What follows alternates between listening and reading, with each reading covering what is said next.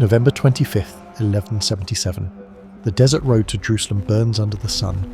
Across the pale sand, an army marches forward like a black wave swallowing the horizon. 26,000 men, cavalry that shakes the earth, infantry stretching as far as the eye can see. At their head rides Saladin, Sultan of Egypt and Syria, the man who has never lost a battle, the warrior who dreams of erasing every Christian fortress from the Holy Land. His scouts report no resistance ahead. The road lies open. Jerusalem waits, undefended, like fruit ready to fall. Victory seems certain, inevitable, written in the stars. But somewhere in the burning hills to the south, a figure watches through fevered eyes. His hands are wrapped in cloth, his face covered to hide the rot. He is 16 years old, dying slowly from leprosy, a disease that has already stolen the feeling from his limbs. His name is Baldwin, King Baldwin IV, and he has 500 knights. 500 against 26,000. The numbers mock him. Logic condemns him. Every advisor begs him to retreat. But Baldwin does not retreat. He knows something Saladin does not. Sometimes God writes history with the weakest hand. When the sun sets on this bem, the greatest army in the Muslim world will lie shattered across the sand, and the boy they called Cursed will become a legend whispered across 3 continents. Before we continue this impossible story, if you're fascinated by history's most unbelievable military victories, hit that subscribe button, because what you're about to witness is not fiction. It's the day 500 dying men broke an empire. In the year 1110, the Kingdom of Jerusalem lived on borrowed time. 78 years had passed since the First Crusade carved out Christian states along the Mediterranean coast. But those early victories now felt like fading dreams. The Crusader kingdoms were fractured, weak, surrounded by enemies who grew stronger every year. To the south, Egypt had fallen under new leadership. Saladin, a Kurdish general who had seized power in Cairo, was unlike any enemy the Christians had faced before. He was patient, calculating. Where other Muslim leaders fought among themselves, Saladin united them. Damascus fell to him. Aleppo bent the knee.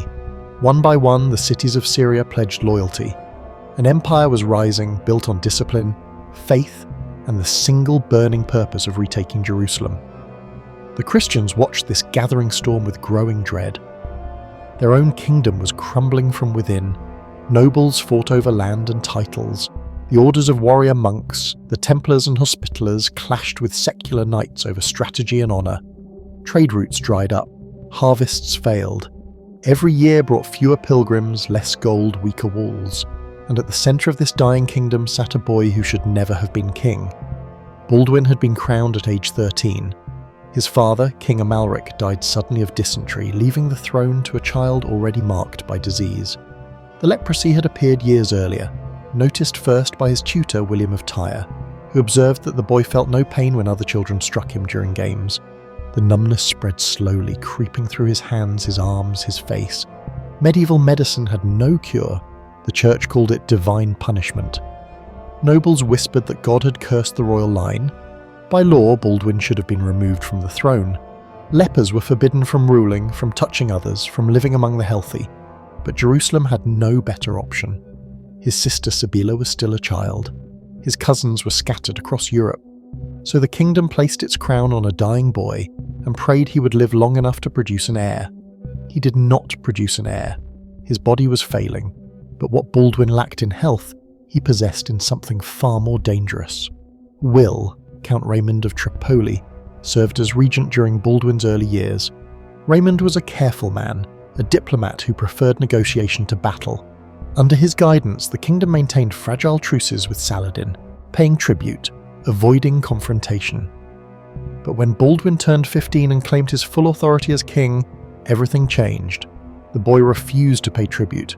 He refused to bow. When Saladin's envoys arrived demanding taxes, Baldwin sent them away empty-handed. When raiding parties crossed the border, he led retaliatory strikes himself, riding despite the pain, wrapped in bandages to hide his rotting flesh. His nobles stared in disbelief.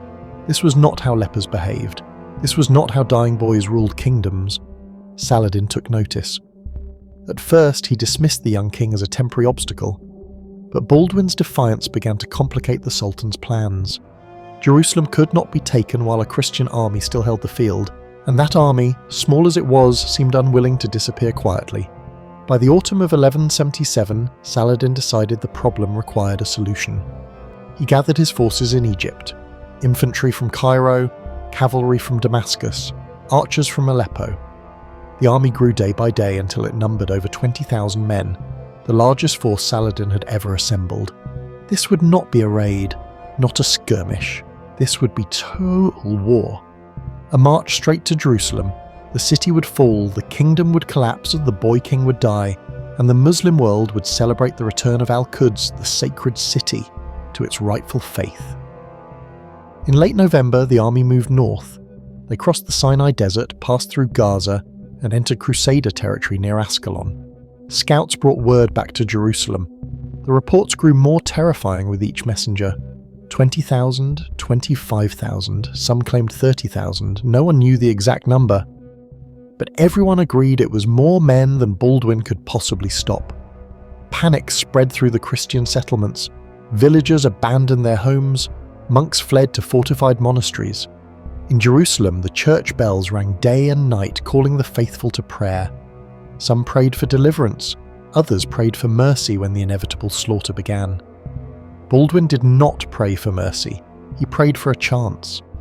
On November 22nd, word reached the king that Saladin's army was approaching Ascalon, the southernmost fortress of the kingdom. The garrison there numbered barely 300 men, they could not hold. Baldwin made a decision that shocked his council. He would ride south, immediately, with every available knight. His nobles protested, the army was too small, the king too sick. Better to fortify Jerusalem, to prepare for a siege, to hope the walls would hold. But Baldwin understood what his advisors did not. If Saladin reached Jerusalem's gates with his full army intact, the city would fall. The walls were strong, but not strong enough, not against 26,000 men with siege engines and endless supplies. The only chance was to strike before Saladin expected it, to gamble everything on one desperate throw. Baldwin called for his horse. Attendants helped him mount, wrapping his bandaged hands around the reins. He could barely grip them. The disease had stolen most of the feeling from his fingers. But he would ride, he would fight, because kings did not hide behind walls when their kingdom burned. Beside him rode men who would become legends. Reynald of Châtillon, the fierce warrior pseudo lord who hated Saladin with personal fury. Balian of Ibelin, the calm strategist whose family had defended these lands for generations. Reginald of Sidon, whose blade had tasted Muslim blood in a dozen battles. And 84 Templars, warrior monks in white mantles bearing red crosses, led by their master Odo de Saint-Amand. Together they numbered 500 mounted knights. Behind them came squires, foot soldiers and servants, perhaps another 1,000 men on foot. A tiny force, barely an army at all. But it was all Jerusalem had. They rode south through the night. The road stretched empty beneath the stars. No fires lit the hills, no sound broke the silence except hoofbeats and the rattle of armour. Some men prayed quietly, others sharpened their swords. Baldwin rode in the centre of the column, his face hidden beneath wrappings, his body swaying with each step of his horse. They reached Ascalon on November 23rd. The garrison opened the gates with relief and disbelief, relief that help had arrived, disbelief at how little help had come. From the walls, Baldwin looked south across the desert. Somewhere beyond the horizon, Saladin's army was moving north. He could feel it, like a storm gathering strength. Then on the morning of November the 24th, the storm arrived. Dust rose in the distance, not from a raiding party, not from a scouting force, from an army so vast it seemed to have no end. The horizon turned black with men and horses. Banners fluttered by the hundreds, drums echoed across the sand. The sound reached Ascalon like distant thunder, growing louder with each passing hour. Baldwin climbed the walls again. Even with his failing eyesight, he could see enough. His tiny force looked like a handful of grain before a flood. His knights stood beside him, watching in silence. No one spoke, no one needed to, they all understood. If they rode out to meet that army, they would die. Every single one of them. Reynald spoke first. His voice was calm. "We cannot fight them here. We must withdraw to the city. Wait for them to pass. Perhaps they will move on to Jerusalem and we can strike their supply lines." Baldwin listened. The advice was sound, tactical, safe. He turned to look at his knights one more time. Their faces showed fear, yes, but also trust. They had followed him here, they would follow him wherever he led, even into death. He gave the order, open the gates, but not to retreat, to advance. Saladin watched the fortress of Ascalon shrink behind his army with satisfaction. The Christians had not even tried to stop him. He'd seen their tiny force cowering behind the walls as his vast army passed. They knew better than to challenge him. Now the road to Jerusalem lay open. His scouts reported no significant forces ahead. The capital was lightly defended, its best troops trapped uselessly in Ascalon, too frightened to move. Victory was certain, perhaps in 3 days, perhaps 4. He allowed himself to imagine the moment, riding through Jerusalem's gates, raising his banner above the dome of the rock, sending word across the Muslim world that the holy city had been reclaimed. His name would live forever. In his confidence, Saladin made a decision, one that would cost him everything. He spread his army out. The columns stretched for miles. Soldiers wandered from formation to search for water, to forage, to rest. Discipline relaxed.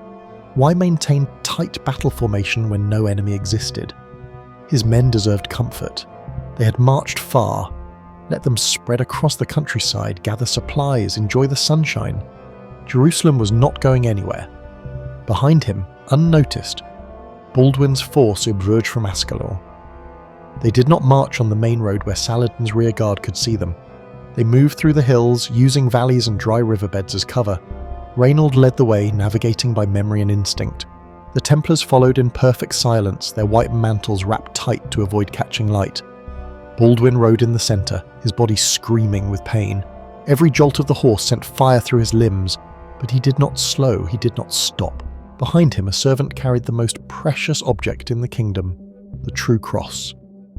A fragment of wood believed to be from the cross on which Christ died, encased in gold and jewels. It was the holiest relic in Christian possession. Its presence on a battlefield was said to bring divine favour. Today, Baldwin prayed that favour would be enough. For hours they rode, paralleling Saladin's scattered army but staying just beyond sight. Scouts brought constant updates. The enemy continued to spread out, units separated by miles, cavalry here, infantry there, supply wagons somewhere else, an army broken into pieces, vulnerable. By mid-afternoon on November the 25th, Baldwin's scouts reported something remarkable. Saladin's main force, including the Sultan himself, was resting near a place called Montgisard, a low hill with a stream running nearby. The troops were watering horses, resting in the shade, cooking afternoon meals. They were not in battle formation, barely even guarded. Baldwin called his commanders together: Reynold, Balian, Reginald, Odo. They crouched in a hollow between 2 hills hidden from view. A crude map was drawn in the sand. Baldwin's wrapped hand pointed to where Saladin's forces gathered. "If we wait, they will regroup," Baldwin said. His voice was quiet but steady. "If we withdraw, they will take Jerusalem. We have one chance. Now. Here. Before they know we are coming." Reynold studied the map. "My lord, even scattered, they outnumber us 50 to 1. If we charge and they rally, we will be surrounded. Destroyed." Baldwin nodded. "Yes, if they rally. So we must not let them rally." Odo of the Templars spoke. "A full cavalry charge. Hit them before they can form lines. Break them in the first impact. It is our only hope." Balian looked at the young king. "You understand what you are asking? This is not a battle, it is suicide." Baldwin's eyes, still sharp despite the disease, met Balian's. "It is faith," he gave the orders. Every knight would charge, no reserves, no second wave, everything in one strike. The infantry would follow, but the knights would reach the enemy first. Speed would be their weapon. Surprise their shield. And God, Baldwin hoped, their salvation. They formed up behind a ridge, out of sight from Saladin's camp. 500 knights in a line, not wide, not impressive, but focused, compressed into a single point, a spear aimed at the heart of an empire. The true cross was raised at the front. Gold caught the late afternoon sun. The sight of it sent murmurs through the Christian ranks. Men crossed themselves. Lips moved in prayer. Baldwin dismounted. Attendants had to help him. His legs barely functioned anymore. He knelt before the cross, his bandaged hands clasped. Around him, 500 knights knelt as well. The entire force from king to squire bent their heads. The prayer was simple: God, give us victory or give us death, but do not let Jerusalem fall. Baldwin stood, or rather was lifted to his feet, placed back on his horse. His body was failing, every breath hurt. But his voice, when he spoke, carried across the entire line: I am Jerusalem. 3 words. Nothing more. But they struck like a hammer. Suddenly every man there understood. This was not just a battle. This was everything: the kingdom, the faith, the very idea that Christians could exist in the Holy Land. All of it balanced on what happened in the next hour. If Baldwin could ride into death with his body rotting, what excuse did any healthy man have to falter? Raynald raised his sword. The Templars lowered their lances. Balian signalled the infantry to prepare to follow. And then, without ceremony, without fanfare, 500 knights crested the ridge. For a brief moment, Saladin's army did not react. They saw horsemen appear on the horizon, but surely it was a scouting party. Surely no one would be foolish enough to attack. Then the horsemen did not stop, did not slow. They came down the slope like an avalanche, gaining speed with every second. Only then did Saladin's men understand. Only then did the shouting begin, but by then it was too late. The charge hit Saladin's forces like a thrown boulder crashing through pottery. The front ranks of Muslim soldiers, still forming up from their rest, simply vanished. Horses and armoured knights moving at full gallop smashed through the maze with physics on their side. The sound was terrible: metal on flesh, screaming, the crack of breaking spears, the wet thud of bodies falling. Baldwin rode in the centre of the wedge, somehow still upright, somehow still alive. Around him the Templars drove forward with mechanical precision. They did not chase individual targets, they did not stop to finish wounded enemies. They simply pushed forward, deeper, splitting Saladin's army like an axe through wood. Saladin himself barely had time to mount his horse. Commanders shouted contradictory orders. Some units tried to form defensive lines, others ran for their weapons. Cavalry attempted to flank the Christian charge but arrived too late and crashed into their own infantry instead. Chaos rippled outward from the point of impact. The Christian knights kept moving. This was the key to heavy cavalry. Never stop, keep the momentum. Let the weight of men and horses do the killing. They carved through the centre of Saladin's scattered force, and behind them came the infantry, crashing into the disoriented Muslim troops like a second wave. Saladin tried desperately to rally his men. He was a brilliant commander. Under normal circumstances, he could reorganise any broken line. But these were not normal circumstances. His army was spread across miles. Communication was impossible, and the Christians were not fighting with normal tactics. They were not trying to hold ground or capture positions. They were simply destroying everything in their path. For the first time in his career, Saladin felt something unfamiliar. Fear. A Templar knight crashed through his bodyguard. Saladin's horse reared. An aide grabbed the reins and pulled the Sultan away from the fighting. More Templars appeared from the dust. Saladin's commanders screamed at him to flee, to preserve himself for future battles. This one was lost. Saladin fled. Not in an organised withdrawal, in pure flight. His bodyguard surrounded him and rode north, away from the slaughter, away from Jerusalem back toward Egypt.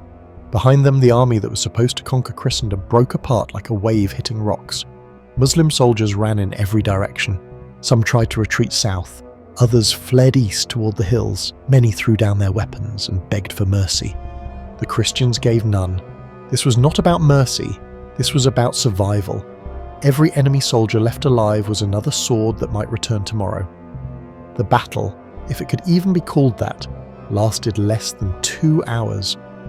By the time the sun touched the horizon, Saladin's great army had ceased to exist. Thousands lay dead across the sand. Thousands more were captured or scattered into the desert without supplies or leadership. The Christian infantry spent the last light of day gathering weapons, horses, supplies. A fortune in abandoned equipment. Baldwin sat on his horse in the middle of the field, barely conscious.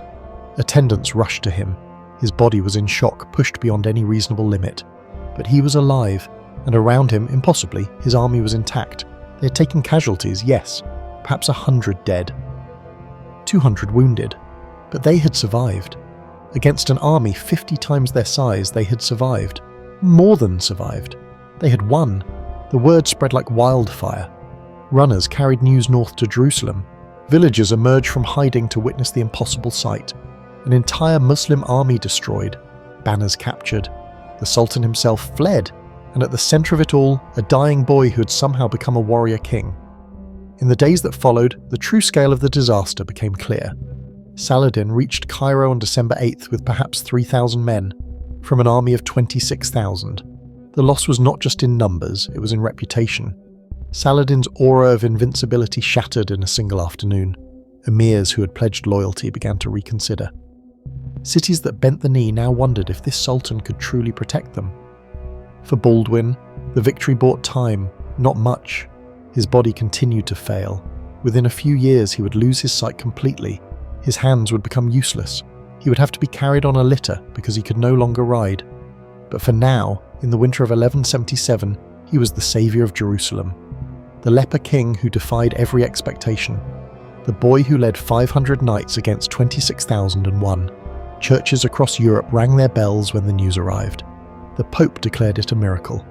Chronicles recorded it as divine intervention. Monks wrote that God himself had guided Christian lances that day. Perhaps they were right. Perhaps faith alone could not have won that battle. But what cannot be denied is that 500 men were willing to risk everything to charge towards certain death because their king, dying and bandaged, charged first. That willingness changed history. If Montgisard had gone differently, if Saladin's army had reached Jerusalem, the Crusader Kingdom would have fallen 10 years earlier than it did. The entire trajectory of the Crusades would have shifted. European responses, Muslim strategies, the balance of power between East and West. All of it hinged on that single afternoon when a Leper King decided not to hide behind walls. Baldwin ruled for 8 more years, each year harder than the last. His victories became fewer, his body weaker. He never married, never produced an heir. When he finally died in 1185, aged 24, his kingdom mourned not just a king, but a symbol. Proof that courage could exist in a broken body, that faith could move mountains, or at least that it could move 500 knights to attempt the impossible. Saladin recovered. He rebuilt his armies. He learned from his mistakes. In 1187, at the Battle of Hattin, he finally defeated the Crusaders and recaptured Jerusalem. But even in victory, he remembered Montgisard, remembered the boy wrapped in bandages who had shattered his empire with a handful of knights. Muslim chroniclers wrote of it with a mixture of shame and respect. How does one explain losing to such a force? How does a general admit he was outfought by a dying child? Perhaps there is no explanation. Perhaps some moments in history defy logic. Perhaps that is what makes them worth remembering. Today, few people know the name Baldwin IV. He appears in no major films, no grand monuments mark his victories. His disease made him an uncomfortable figure for medieval artists, who preferred their heroes whole and healthy. But those who do study his reign find something remarkable. A glimpse of what leadership truly means. Not strength of body, but strength of will. Not the absence of fear, but the decision to move forward despite it.